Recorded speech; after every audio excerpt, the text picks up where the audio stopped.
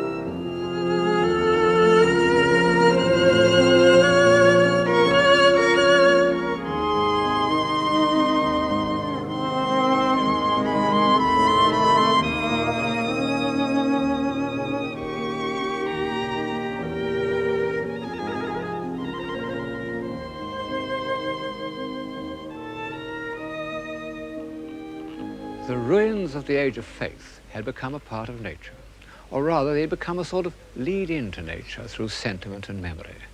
They helped to evoke that curious frame of mind which, in the early 18th century, was the usual prelude to the enjoyment of natural beauty, a gentle melancholy. Beautiful poetry was inspired by that mood. Listen to Collins's Ode to Evening. Then lead, calm votaress, where some sheety lake cheers the lone heath, or some time-hallowed pile, or upland fallows grey, reflect its last cool gleam. Or if chill blustering winds or driving rain prevent my willing feet, be mine the hut that from the mountain's side views wilds and swelling floods, and hamlets brown and dim-discovered spires, and hears their simple bell, and marks o'er all thy dewy fingers draw the gradual dusky veil. Very beautiful, but not very like nature, any more than were the pictures of Gainsborough and Cousins which accompanied it. The author of that poem, William Collins, isn't a familiar name outside England, and the same is true of all the 18th century English nature poets, even James Thomson, who was in his day the most famous poet in Europe. An emotional response to nature is one of the few extensions of our faculties that don't go back to an individual of genius. It first appears in minor poets and provincial painters, and even in fashions. For example, the fashion that took the straight avenues of formal gardens and changed them into twisting paths with pseudo-natural prospects, what were known all over Europe for 100 years as English gardens. Perhaps the most pervasive influence that England has ever had on the look of things in Europe, except for men's fashions in the early 19th century. Trivial? Well, I suppose that all fashions seem trivial, but are serious. When Pope described this scene of man as a mighty maze of walks without a plan, he was expressing a profound change in the European mind. So much for nature in the first half of the 18th century. Then, in about the year 1760, this English prelude of melancholy minor poets and picturesque gardens touched the mind of a man of genius, Jean-Jacques Rousseau. His name involves a change of scene, because although to some extent he derived his love of nature from England, it was among the lakes and alpine valleys of Switzerland that his absorption in nature first became a mystical experience.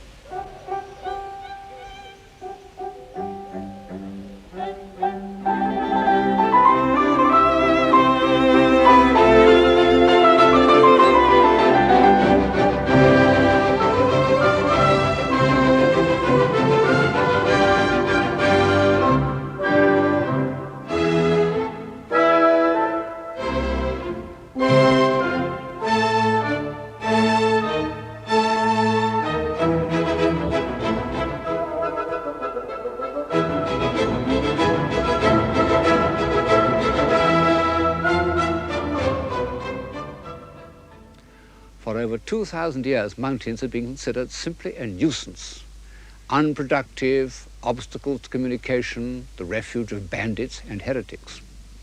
It's true that in about 1340, the poet Petrarch had climbed one and enjoyed the view at the top, and then been put to shame by a passage from St. Augustine. And at the beginning of the 16th century, Leonardo da Vinci had wandered about in the Alps, ostensibly to study botany and geology, but his landscape background showed that he was moved by what he saw.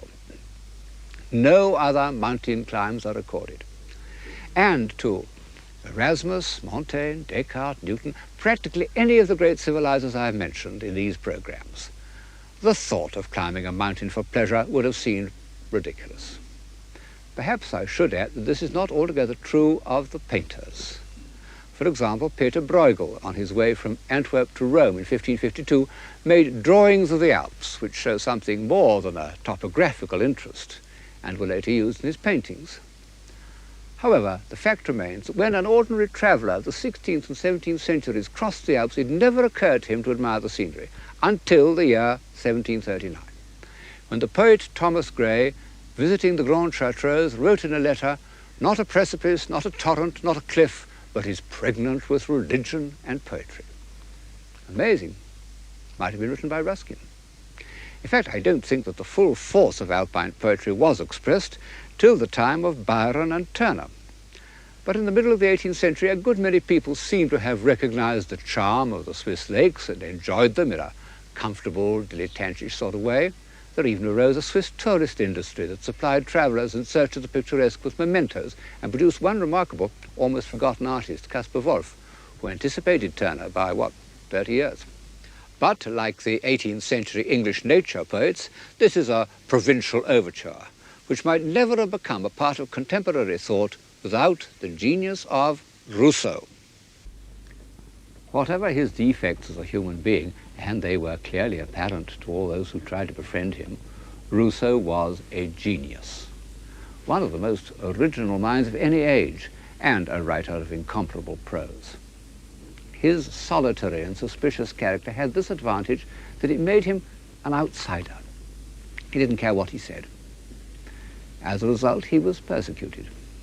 For half his life, he was hounded out of one country after another. In 1765, he seemed safely established in a small principality, Moutier, but the local parsons stirred up the people against him, and they stoned him. They broke his windows. He took refuge on this island in the Lake of Bienne. And there he had an experience so intense that one could almost say it caused a revolution in human feeling.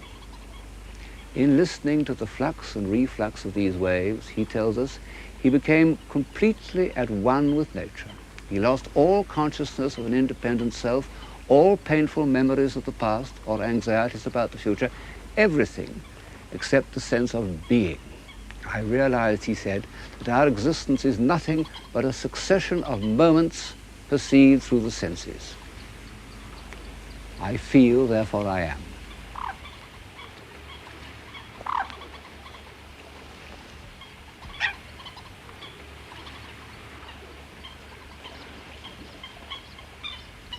A curious discovery to have been made in the middle of the Age of Reason, but a few years earlier the Scottish philosopher Hume had reached the same conclusion by logical means. It was an intellectual time bomb which, after sizzling away for almost 200 years, has only just gone off.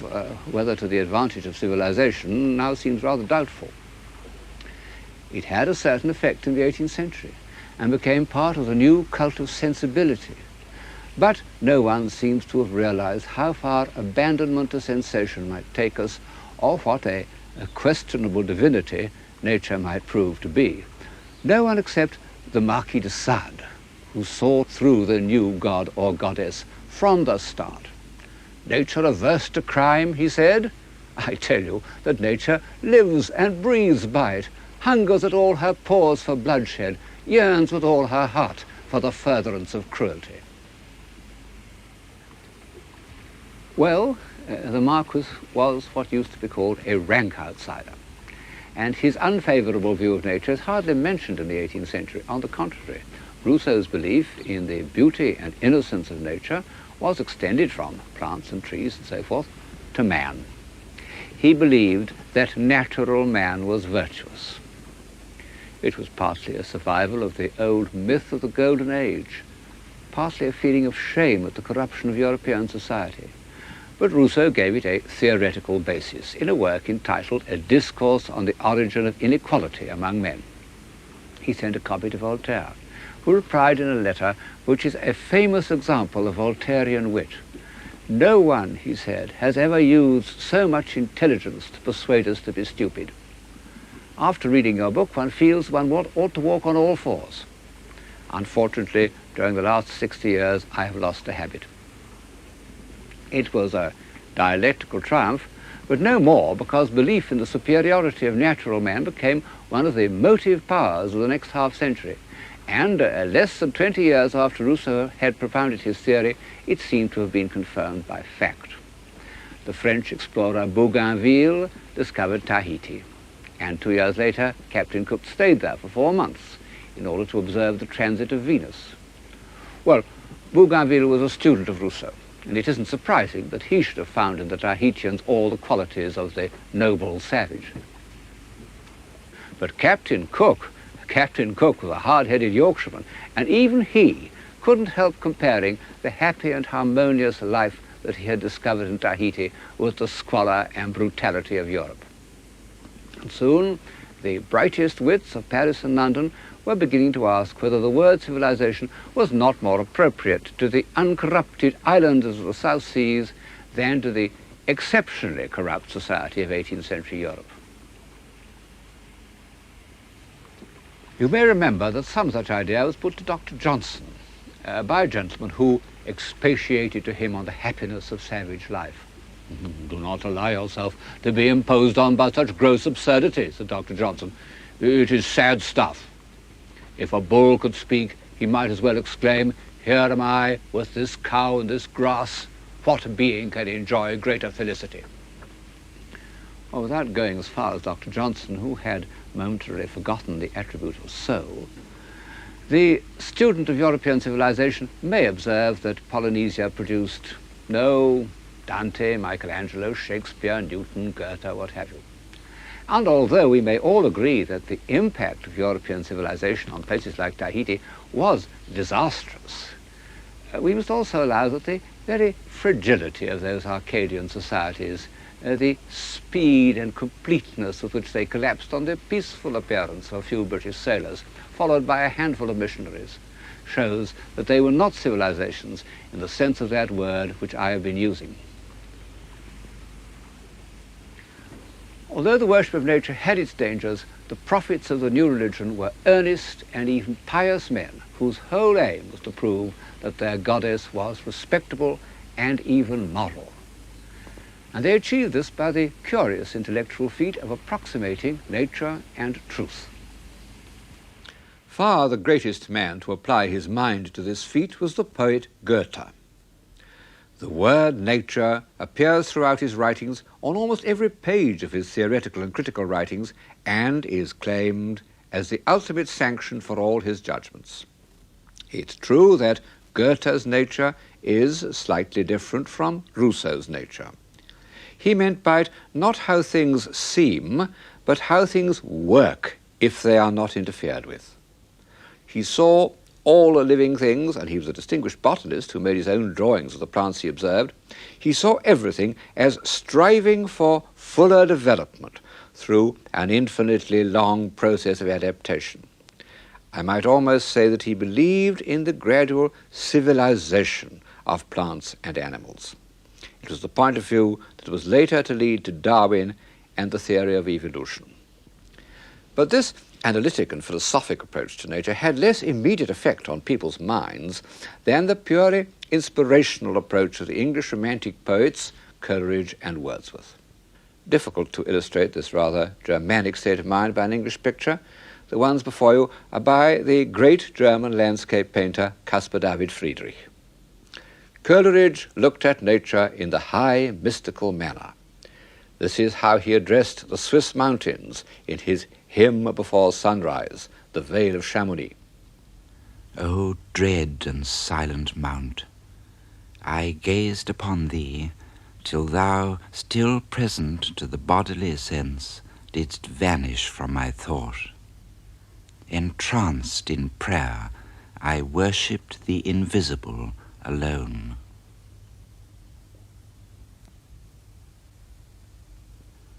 Wordsworth's approach to nature was religious in the moral Anglican manner. Accuse me not, he said, of arrogance, if having walked with nature and offered, as far as frailty would allow, my heart a daily sacrifice to truth, I now affirm of nature and of truth that their divinity revolts, offended at the ways of men. Well, that nature should be shocked by human behavior, it does seem to us rather nonsense. But one mustn't lightly accuse Wordsworth of arrogance or silliness. By the time he wrote those lines, he had lived through a great deal. As a young man, he went to France, lived with a spirited French girl, and had a daughter, and became involved with the French Revolution, an ardent Girondist. But for a chance, he might easily have had his head chopped off in the September massacres. He returned to England disgusted with the political aspect of the revolution, but not the less attached to its ideals. And he set out to describe in verse the truth about the hardships of poor people, as they had never been described before. He wrote poems without a glimmer of comfort or hope. He walked for miles alone on Salisbury Plain and in Wales, talking only to tramps and beggars and discharged prisoners. He was utterly crushed by man's inhumanity to man. And finally, he came to Tintern. The abbey is in the valley behind me there. Of course, he'd always been observant of natural beauty. His earliest poems show us that. But in August 1793, like Rousseau on the Isle of Saint-Pierre, he recognized that only total absorption in nature could heal and restore his spirit. He returned to Tintern 5 years later and recaptured some of those first feelings. Though changed, no doubt, from what I was when first I came among these hills, when like a roe I bounded o'er the mountains, by the sides of the deep rivers and the lonely streams, wherever nature led, more like a man flying from something that he dreads than one who sought the thing he loved. For nature then to me was all in all. I cannot paint what then I was. The sounding cataract haunted me like a passion. The tall rock, the mountain, and the deep and gloomy wood, their colors and their forms, were then to me an appetite, a feeling and a love that had no need of a remoter charm by thought supplied, or any interest unborrowed from the eye.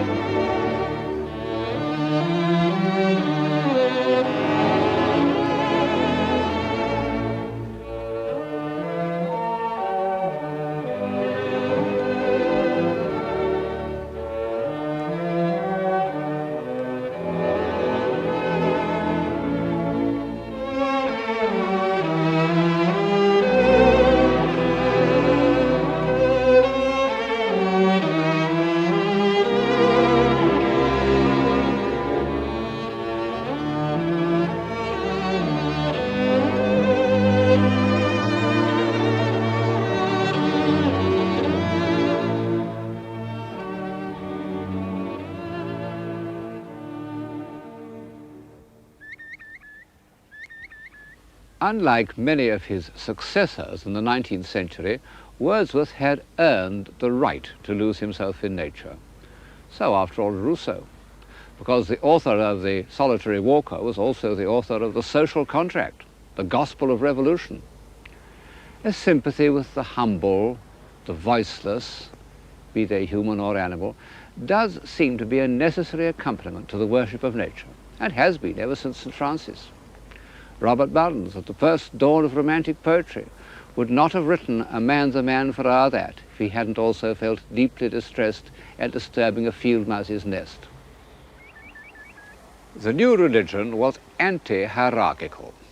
It proposed a new set of values, and this was implied in Wordsworth's belief that it was based on right instincts rather than on learning. It was an extension of Rousseau's discovery of immediate feeling, but with the addition of the word moral, because Wordsworth recognized that simple people and animals often show more courage and loyalty and unselfishness than sophisticated people. Also, a greater sense of the wholeness of life. One impulse from a vernal wood may teach you more of man, of moral evil and of good, than all the sages can.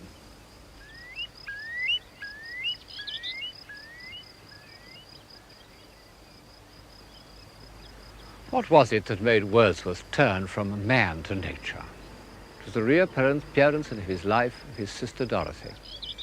They first set up house together in Somerset, then, driven by a strong instinct, they returned to their native country and settled in this cottage at Grasmere. It was in this garden and in the tiny sitting room that Wordsworth wrote his most inspired poems. The journal which Dorothy kept in these years shows how often his poems originated in one of her vivid experiences, and Wordsworth knew it. She gave me eyes, she gave me ears, and humble cares and delicate fears. In the new religion of nature, this shy, unassuming woman was a saint and prophetess.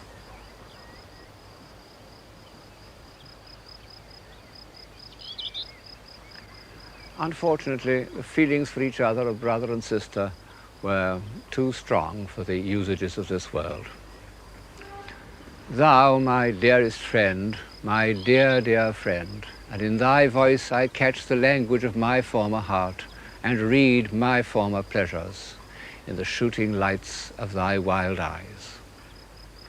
Oh, yet a little while may I behold in thee what I was once, my dear, dear sister, and this prayer I make, knowing that nature never did betray the heart that loved her. The burning heat of romantic egotism. Both Byron and Wordsworth fell deeply in love with their sisters.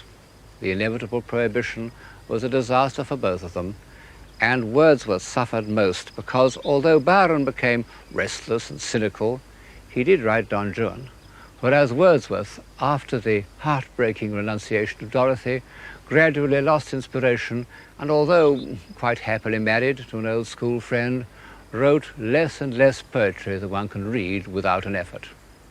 And Dorothy became simple-minded.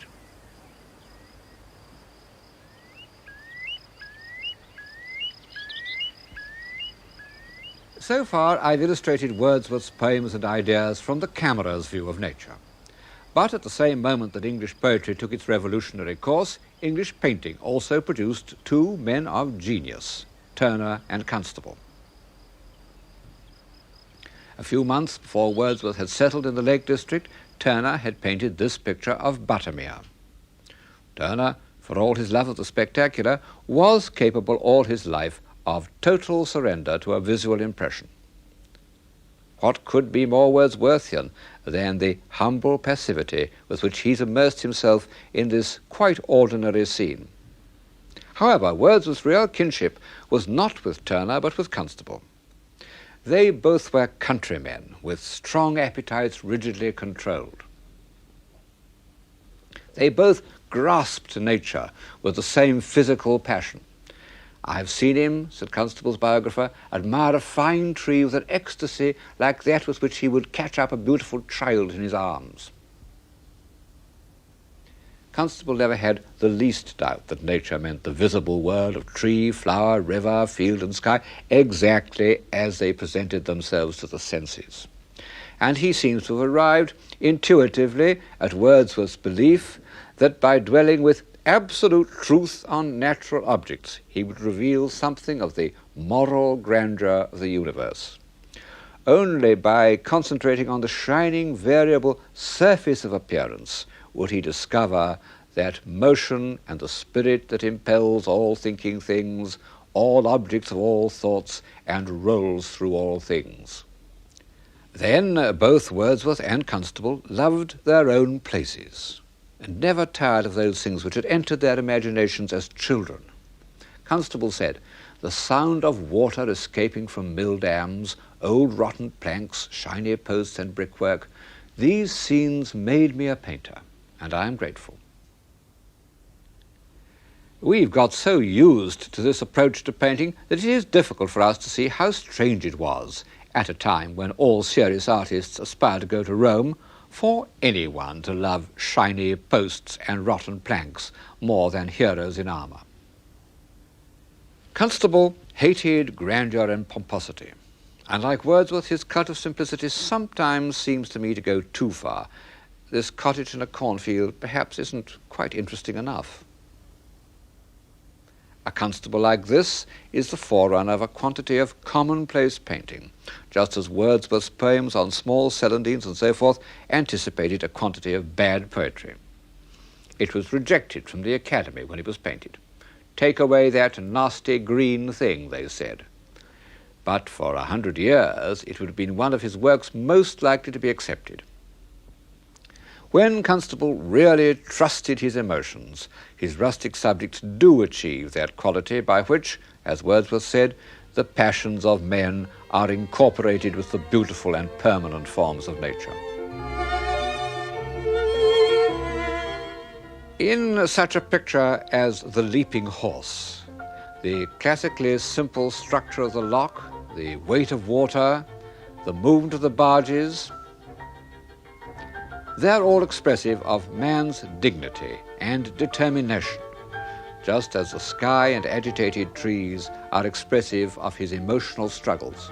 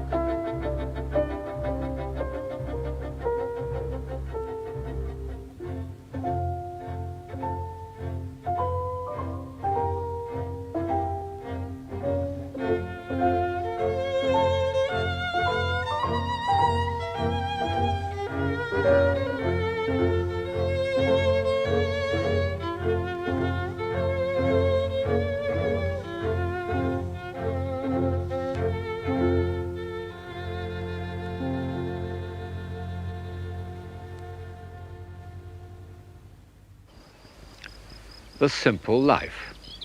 It was a necessary part of the new religion of nature, and one in strong contrast to earlier aspirations. Civilization which for so long had been dependent on great monasteries or palaces or well-furnished salons could now emanate from a cottage. Even Goethe at the court of Weimar preferred to live in a small and simple garden house. And Dove Cottage was extremely humble and remote. No carriages rolled up to that door. Which reminds me of how closely the worship of nature was connected with walking. In the 18th century, a solitary walker was viewed with almost as much disapproval as he is in Los Angeles today. But the Wordsworths walked continually. De Quincey calculated that by middle age the poet had walked 180,000 miles. Even the unathletic Coleridge walked. They thought nothing of walking 16 miles after dinner to post a letter. And so, for over 100 years, going for a walk was the spiritual as well as the physical exercise of all intellectuals, poets and philosophers. I'm told that in universities the afternoon walk is no longer part of the intellectual life. but for a quantity of people, walking is still one of the chief escapes from the pressures of the material world. And the countryside where Wordsworth walked in solitude is now crowded with pilgrims as lured or Benares. The resemblances of Wordsworth to Constable, which seem so obvious to us, didn't occur to their contemporaries, partly, I suppose, because Constable was hardly known till 1825, by which time, alas, Wordsworth had become a priggish old bore, and partly because Constable painted flat country, whereas Wordsworth, and indeed the whole cult of nature, was associated with mountains. This, combined with Constable's lack of finish, was what led Ruskin to underrate him, while devoting a good part of his life to the praise of Turner.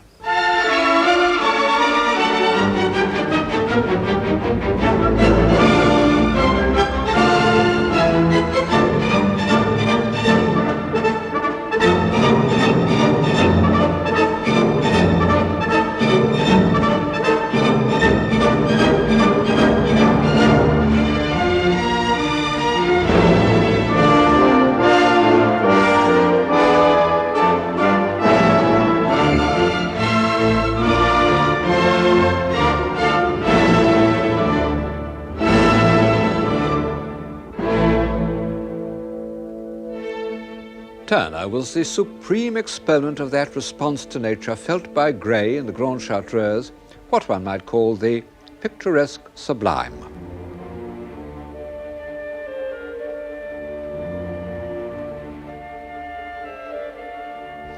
I suppose that the new religion required assertions of power and sublimity more obvious than those provided by daisies and celandines. But don't think that I am trying to belittle Turner. He was a genius of the first order, far the greatest painter that England has ever produced. And although he was prepared to work in the fashionable style with plentiful exaggerations, he never lost his intuitive understanding of nature. No one has ever known more about natural appearances, and he was able to fit into this encyclopedic knowledge memories of the most fleeting effects of light, sunrises, passing storms, dissolving mists, none of which had ever been set on canvas before. For 30 years, these brilliant gifts were exploited in a series of pictures which dazzled his contemporaries, but are perhaps too artificial for modern taste. All the time, Turner was perfecting, for his own private satisfaction, an entirely new approach to painting, which really was only recognized in our own day.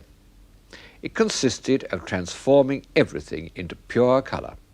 Light rendered as color, feelings about life rendered as color. You know, it's quite difficult for us to realize what a revolutionary procedure this was. One has got to remember that for centuries objects were thought to be real because they were solid. You proved their reality by touching or tapping them. People still do.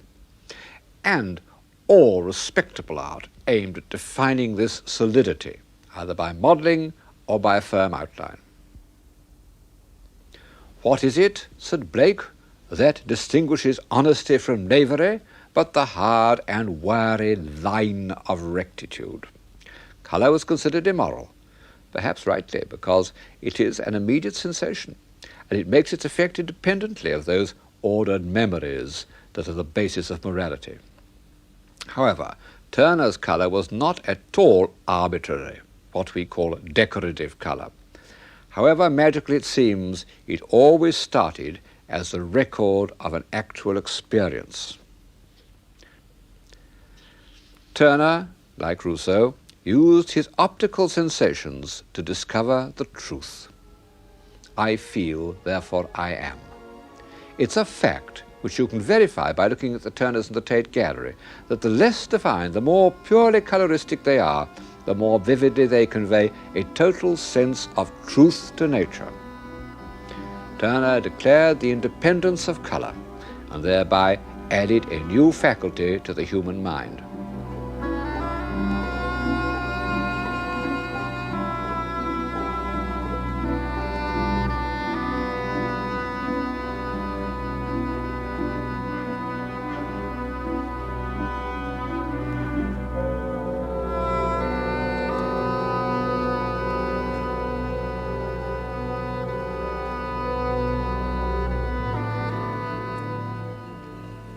I don't suppose that Turner was conscious of his relationship with Rousseau, but the other great prophet of nature, Goethe, meant a lot to him.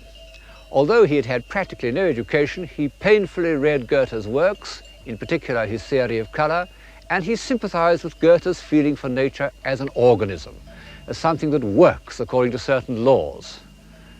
This, of course, was one of the things about Turner that delighted Ruskin, so that his enormous defence of the artist, which he called by the wholly misleading title of Modern Painters, became an encyclopedia of natural observation. Just as the Middle Ages produced encyclopedias in which inaccurate observations were used to prove the truth of the Christian religion, so Ruskin accumulated very accurate observations of plants, rocks, clouds, mountains, in order to prove that nature worked according to law. Well, we can't believe in Ruskin's moral law, but when he says, "The power which causes the several portions of a plant to help each other, we call life. Intensity of life is also intensity of helpfulness. The ceasing of this help is what we call corruption." He does seem to me to have drawn from his observations a moral at least as convincing as most of those that can be drawn from Holy Writ. And it helps to explain why for 50 years after the publication of Modern Painters, Ruskin was considered one of the chief prophets of his time.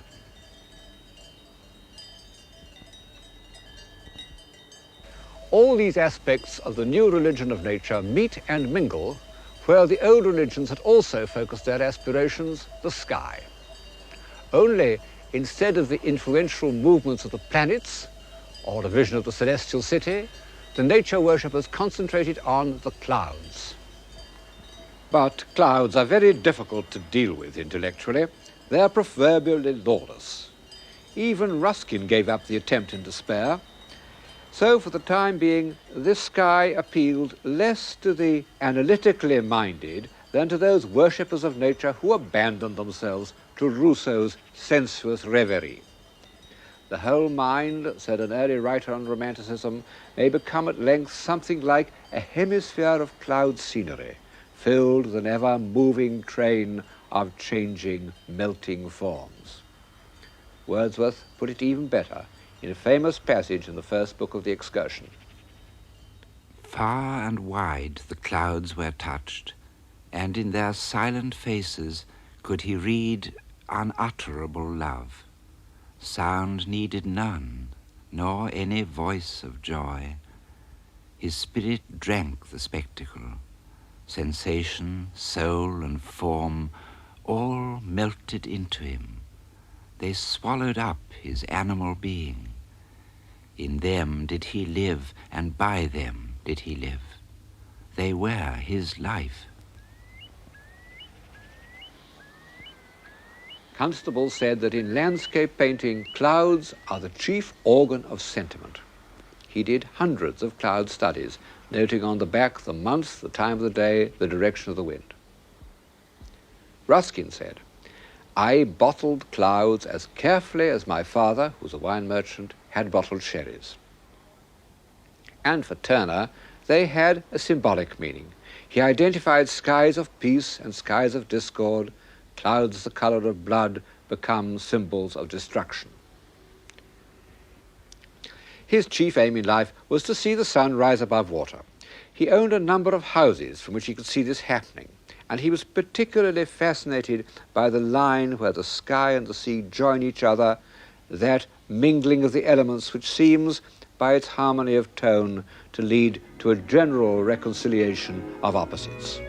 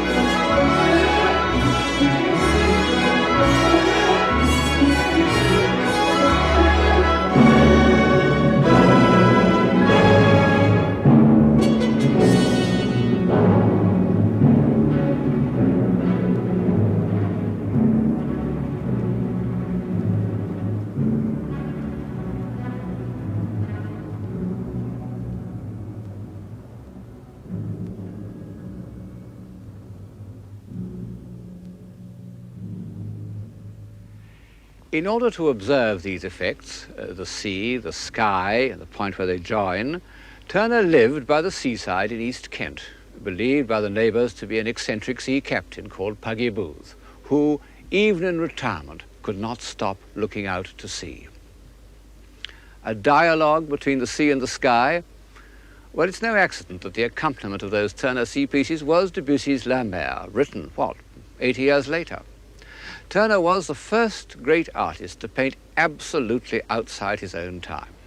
Pictures like this have no relation to anything that was being done in Europe or was to be done for almost a century. In 1840, they must have looked as incomprehensible as the works of Jackson Pollock a century later.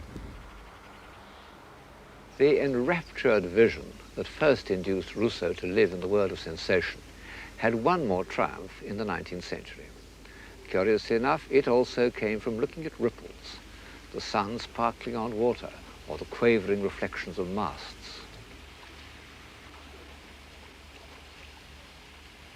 And it took place in 1869 when Monet and Renoir used to meet at a riverside cafe called La Grenouillère.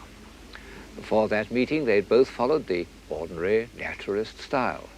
But when they came to those ripples and reflections, patient naturalism was defeated. All one could do was to give an impression. An impression of what? Of light, because that's all we see. It was a long time since the philosopher Hume had come to the same conclusion. And at that time, the Impressionists had no idea that they were following up a philosophical theory. But the fact remains that Monet's words, light is the principal person in the picture, gave a kind of philosophic unity to their work, so that the great years of Impressionism have added something to our human faculties, as well as delighting our eyes.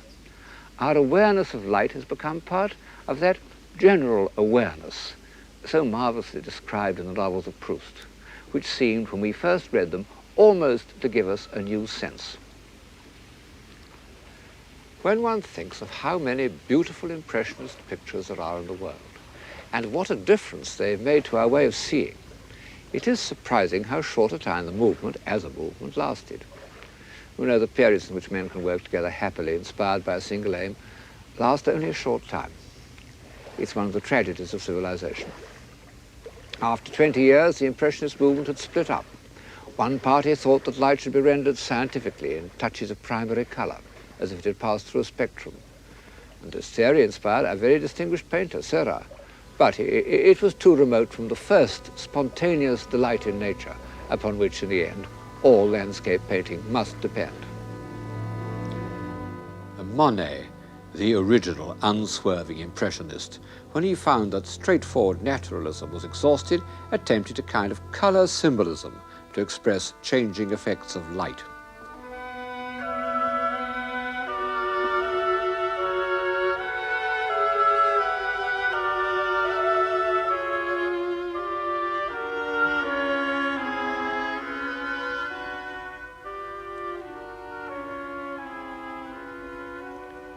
Finally, he turned to the water-lily garden which he had made in his grounds.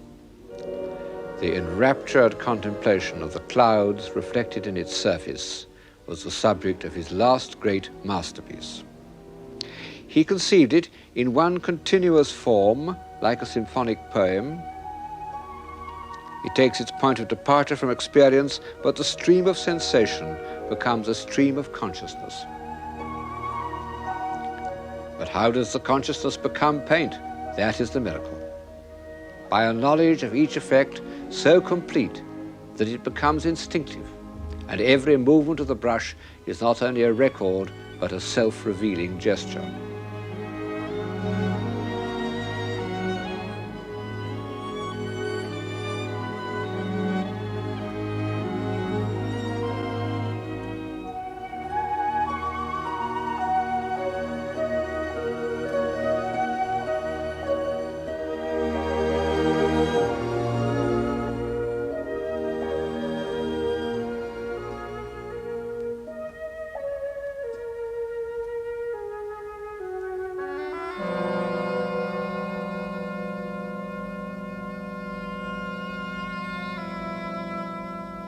Total immersion. This is the ultimate reason why the love of nature has been for so long accepted as a religion. It is a means by which we can lose our identity in the whole and gain thereby a more intense consciousness of being. I feel, therefore I am.